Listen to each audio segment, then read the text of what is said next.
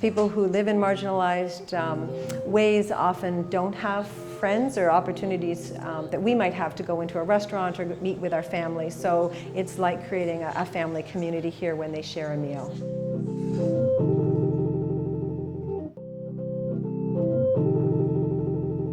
So CRC is a place where people can come to who are marginalized or live in poverty and come and seek help or support. We're now a 5-story building with 87 units of affordable housing and meeting the needs of well over 500 different people at any one time. We currently do 3 breakfasts a week and 4 lunches. A focus at CRC is to be able to provide nutritious meals and balanced meals. A lot of vegetables, a lot of good meat, beans, vegetarian options, but food that's created from scratch without a lot of additives and high-fat processed food. The CRC opened in 1964 as a mission from the Rosedale United Church. They opened to be able to provide support somewhere in Toronto to people who are marginalized and not supported. Regent Park has been a challenged community for quite a long time. We've faced a lot of inadequate buildings, violence, inadequacy around policing and community development in the model that was here. I think for people who lived it every day, it was endless. The redevelopment couldn't happen fast enough. When you look at the community, you see new buildings being built and you see cranes and there's planners and there's developers, and I think amongst all of that change there's a really core heart. CRC has been involved with our local residents in Regent Park for a number of years in our allotment gardens, and there's been well over 150 allotment gardens, so a space of land is given to a community member to grow what they want to grow. And each of the gardens in Regent Park is unique based on the cultural background of the people who are gardening.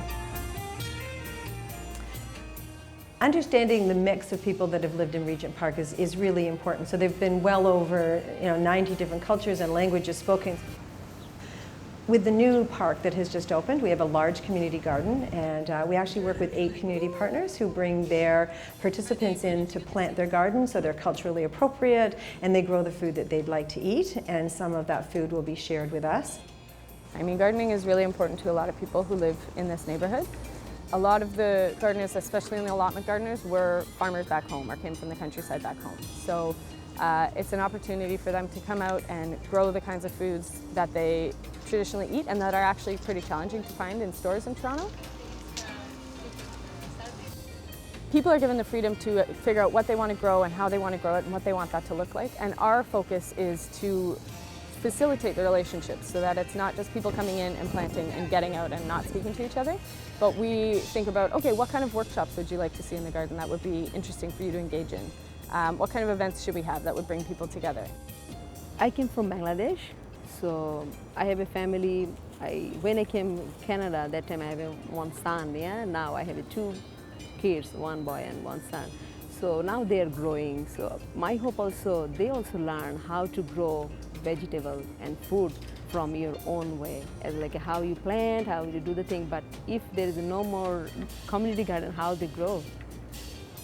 So my dream is we can just teach our generation to generation how they grow their own food.